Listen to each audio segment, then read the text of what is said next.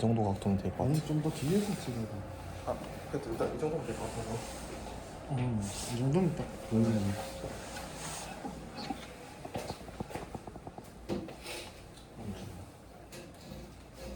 가도록 하겠습니다. 예.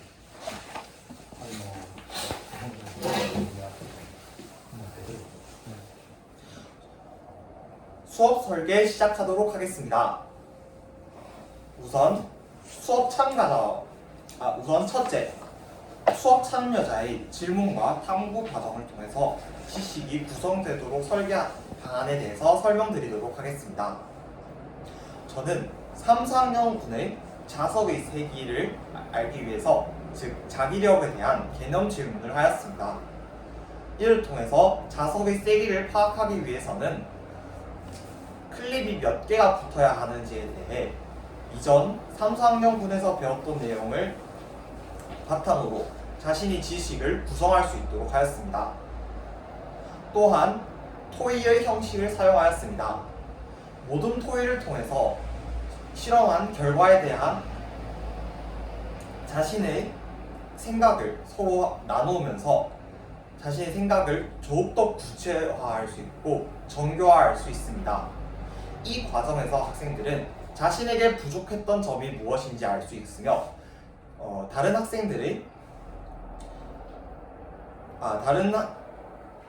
학생들과 함께 이야기함으로써 협력의 가치를 얻을 수 있습니다. 다음으로 둘째, 평가에 대한 피드백, 그리고 이를 바탕으로 어떻게 학생을 성장시킬 수 있는 시간을 어떻게 확보하는지에 대해서 말씀드리도록 하겠습니다. 과학 수업에서 가장 중요한 것 중 하나는 바로 안전입니다. 저는 모든 활동을 할 때 우선적으로 안전 규칙에 대해서 알려준 뒤 순회 지도를 하며 안전과 관련돼서 문제가 있는 모든 경우 피드백을 제공합니다. 이러한 피드백은 관찰과 함께 이루어지는데요. 일회성 피드백이 아닌 순회 지도를 2번 함으로써 학생들이 성장을 했는지, 그리고 더욱더 안전하게 활동을 하는지, 학생들의 변화를 중심으로 피드백을 한 번 더 하는 식으로 저는 관찰과 피드백, 그리고 이것을 내면화할 시간을 제공하였습니다. 이번에 세 번째, 학생 사고를 불러일으키기 위해서 지속적인 노력에 대해서 말씀드리도록 하겠습니다. 저는 하이러닝을 사용하였습니다. 하이러닝을 활용한다면 학생들이 모동원들과 함께 토의했던 내용을 즉각적으로 화면에 띄울 수 있습니다. 이것을 바탕으로 자신의 모둠의 결과와 다른 모둠의 결과를 서로 비교해보면서 사고를 조금 더 정교화시킬 수 있고, 발견학습 모형을 활용할 때 가장 중요한 것 중 하나인 자신이 탐구 후 결과를 즉각적으로 기록할 수 있다는 장점이 있습니다. 이러한 하이러닝을 통해서 자신의 탐구를 즉각적으로 기록하고 그 기록 결과를 바탕으로 사고를 함으로써 학생들이 사고를 지속적으로 불러일으킬 수 있게 하였습니다. 이상입니다.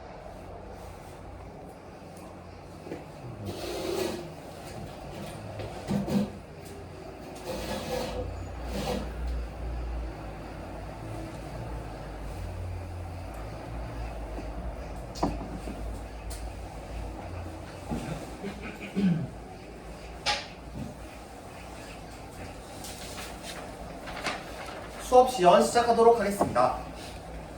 6학년 2반, 자, 20명 학생들이 다 함께 선생님을 바라보는 것으로 보아 두 번째 활동으로 넘어가도 괜찮을 것 같네요. 자, 두 번째 배영의 문을 두드려 볼까요? 똑똑. 전지의 개수를 추가해 보자. 이번 활동 또한 여러분은 모든 활동을 할 것입니다. 선생님 설명 잘 듣고 활동 이어나가 보도록 하겠습니다. 첫째, 전지의 한 개를 연결했을 때 클립이 몇 개 붙는지 확인할 것입니다. 우리 첫 번째 실험이랑 똑같죠? 네, 맞습니다. 첫 번째 실험과 똑같이 전지를 하나 연결했을 때 클립이 몇 개 달라붙는지 한번 기록할 것입니다. 둘째, 전지를 직렬로 두 개를 연결했을 때 클립이 몇 개 붙는지 한번 확인해 보도록 하겠습니다. 이때 첫 번째 실행했던 실험에서 전지 소켓을 하나 더 추가한 뒤 전지가 두 개로 직렬 연결이 되게 하여 실험을 하도록 하겠습니다. 이때 몇 개가 붙는지 한번 기록해 보도록 할 거예요.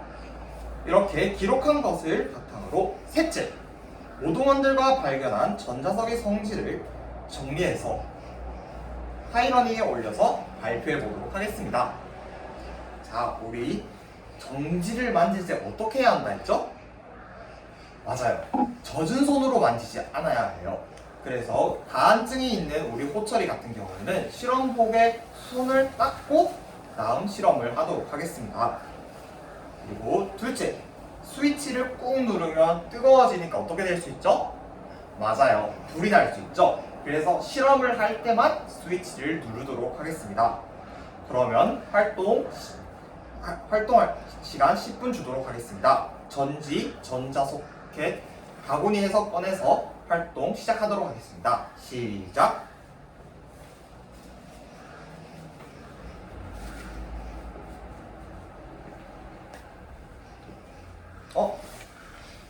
영채와 민지는 어떤 이야기에 대해서 하고 있는가요?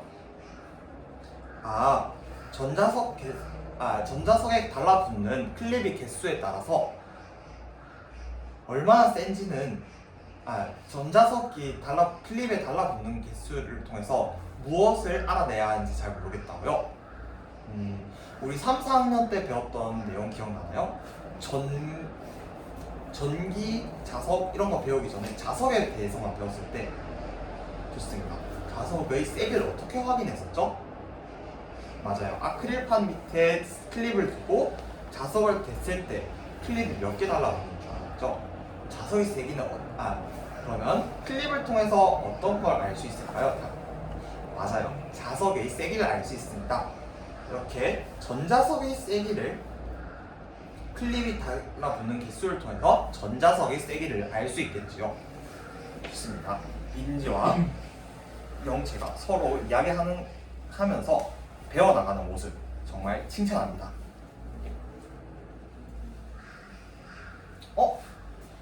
호철이는 어떤 문제가 있을까요? 전지를 만지는데 자꾸 따갑다고요? 그러면 우리 장갑을 끼고 한번 하는 건 어떨까요? 좋습니다. 호철이 안전한 실험을 위해서 장갑을 권유하겠습니다. 여기 있습니다.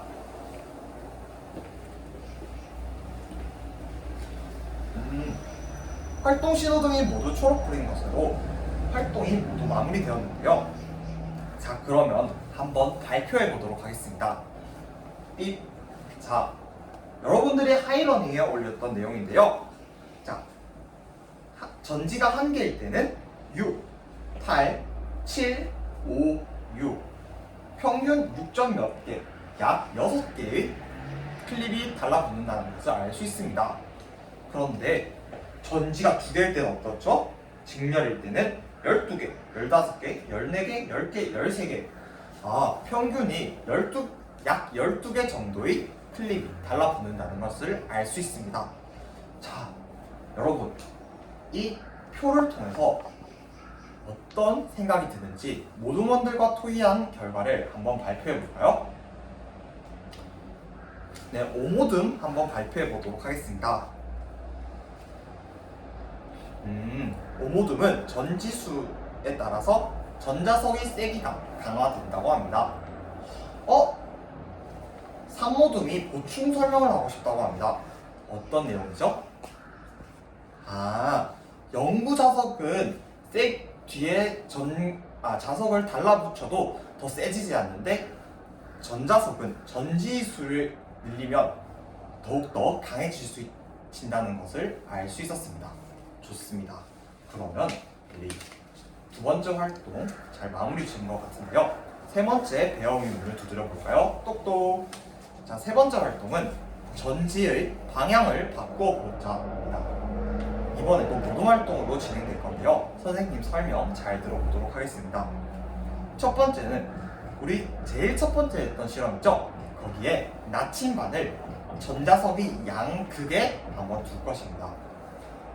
이 화면과 똑같이 두면 됩니다. 둘째, 스위치를 닫고 나침반이 어떻게 바늘이 변하는지 확인해 보도록 하겠습니다. 네, 좋습니다. 그리고 셋째, 이제 전지를 반대로 하기 위해서 전선을 반대로 끼운 뒤 첫 번째, 두 번째 과정을 반복하도록 하겠습니다. 자, 이번 내용도 정리를 한 뒤 하이러닝에 올리고 정리를 하고 모동원들과 토의한 뒤 이것을 하이러닝에 올리고 발표하도록 하겠습니다. 선생님이 활동 시간 10분을 줄 테니 바구니의 나침반을 꺼내 보도록 하겠습니다. 활동 시작.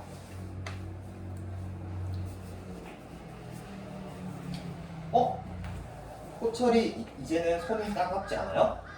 좋습니다. 우리 안전하게 활동하는 호철이에게 칭찬합니다.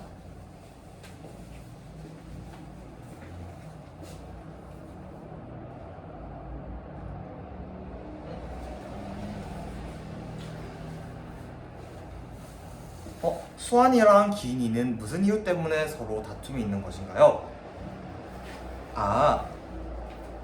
이 실험을 할 때 에나멜 선을 다시 감아야 극이 바뀐다고요? 극이 바뀌기 위해서는 에나멜 선을 바꿀 수도 있지만 우리가 지금 하는 활동은 뭐죠? 맞아요. 나침반을 댈 때 전선만 바꿀 거예요. 전지의 방향만 바꿀 거예요. 좋습니다. 이해했다고요? 그렇다면 그대로 한번 활동 진행하도록 하겠습니다. 여러분, 배움 신호등이 모두 초록불인 것으로 보아 활동이 마무리된 것 같은데요. 자, 그러면 각자 어떤 결과가 있었는지 한번 화면을 볼까요? 다 비슷하게 처음과 전지를 바꿨을 때 다 나침반이 방향이 반대인 것을 알 수 있네요. 이것을 통해서 우리 모둠은 이것을 발견하였다. 한번 발표해 볼까요? 1모둠 한번 발표해 볼까요? 전지 방향을 바꾸면 자석의 방향도 바뀐다는 것을 알 수 있게 되었다고 합니다. 또, 네, 이모둠이 보충 발표를 하겠다고 합니다. 어떤 내용인가요? 연구 자석은 방향을 바꿀 수 없지만 전자석은 전지 방향을 바꿈으로써 자석의 극의 방향을 바꿀 수 있다고 합니다. 우리 1모둠과 2모둠 정말 좋은 의견 내주었네요. 우리 칭찬의 박수를 줍시다. 멋있어. 네, 다음으로 이제 실험했던 것은 모두 바구니에 담고 모둠을 풀어보도록 하겠습니다. 자, 실험했던 것들은 전부 바구니에 넣고 바구니는 바닥에 둡시다. 네, 모둠 풀고 좋습니다. 자, 이제 이번 시간에 배운 점, 느꼈던 점, 그리고 앞으로 실천하고 싶은 점에 대해서 한번 발표해 보도록 하겠습니다. 우선 배운 점, 손들어 볼까요? 네, 사역이 발표해 보도록 하겠습니다. 첫 번째 탐구를 통해서 전기를 통해 자석을 만들 수 있다는 사실을 알게 되었다고 합니다. 맞아요. 우리가 일반적인 연구 자석과는 달리 전기를 통해서 자석을 만들 수 있다는 것을 배웠죠. 또 다른 학생이 있을까요? 네, 민지 한번 발표해 볼까요? 전지의 개수를 늘리면 전자석이 세기가 증가한다는 것을 알게 되었습니다. 좋습니다. 근데 성혁이가 지금 보충 설명을 하고 싶다고 하네요. 성혁이가 한번 보충 설명해 볼까요? 전지 개수가 늘어난다기보다는 직렬 연결로 전지를 늘렸을 때 세진다고 합니다. 좋습니다. 마지막으로 한 명 더 발표할 학생 있을까요? 새로운 거. 네, 은수 한번 발표해 볼게요. 전지 방향이 바뀌면 전자석의 방향이 바뀐다. 네, 여러분 다들 좋은 의견 내주었는데요. 그러면 느낀 점이 있다면 한번 말해볼까요? 네, 호철이 한번 발표해 보도록 하겠습니다. 네, 전자석은 일반 자석과 달리 방향을 바꿀 수 있다는 것을 알게 되어서 새로움을 느낄 수 있었다고 합니다. 또 다른 학생이 있을까요? 영채 한번 발표해 볼까요? 우리가 3, 4학년 때 배웠던 것을 까먹었었는데 자석의 세기를 알기 위해서는 클립을 붙여서 알 수 있다라는 것을 기억해내서 너무 기뻤다고 합니다. 네, 호철이와 영채 정말 고맙습니다. 그렇다면 마지막으로 앞으로 실천하고 싶은 점 있다면 한번 말해볼까요? 네, 은우 한번 발표해볼까요? 창문 닦기를 해서 창문을 닦을 때 밖에 자석이 있을 때는 떼기가 너무 힘들었는데 전자석을 이용하면 쉽게 붙였다 뗐다 하면서 창문을 닦을 수 있을 것 같다고 하였습니다. 선생님도 이렇게 전자석을 이용한 예시를 하나 가져왔는데 화면을 함께 보도록 합시다. 1. 선생님은 캔에서 알루미늄과 철을 분리수거하는 현장의 영상입니다. 다 함께 시청해 보도록 하겠습니다. 자, 우리가 철을 자석으로 알루미늄과 분리한 뒤 다시 철을 자석과 분리해야겠죠? 이때 무엇을 사용하고 있나요? 맞아요. 전기를 통할 때는 자석이 되어서 철과 달라붙지만 전기를 끊으니까 철이 떨어져 나가죠. 이렇게 쉽게 알루미늄과 철을 분리하고 철과 자석을 분리할 수 있었습니다. 자, 마지막으로 세 손가락을 평가를 하도록 하겠습니다. 자, 내가 전자석이 무엇인지에 대해서 알 수 있겠다. 한 손가락. 전자석은 알겠지만 전자석과 일반적인 연구 자석을 비교할 수 있겠다. 두 손가락. 그리고 마지막으로 실생활에서 어떻게 쓸 수 있을지 알겠다. 세 손가락. 한번 손을 들어보도록 하겠습니다. 선생님만 보고 다들 눈 감을게요. 세 손가락도 많고 두 손가락도 있고 한 손가락도 있네요. 한 손가락인 학생들은 다음 시간 조금 더 열심히 해보도록 하겠습니다. 자, 이제 다음 시간에 무엇에 대해서 배울지 알아보도록 하겠습니다. 이상으로 수업 시험 모두 마치도록 하겠습니다.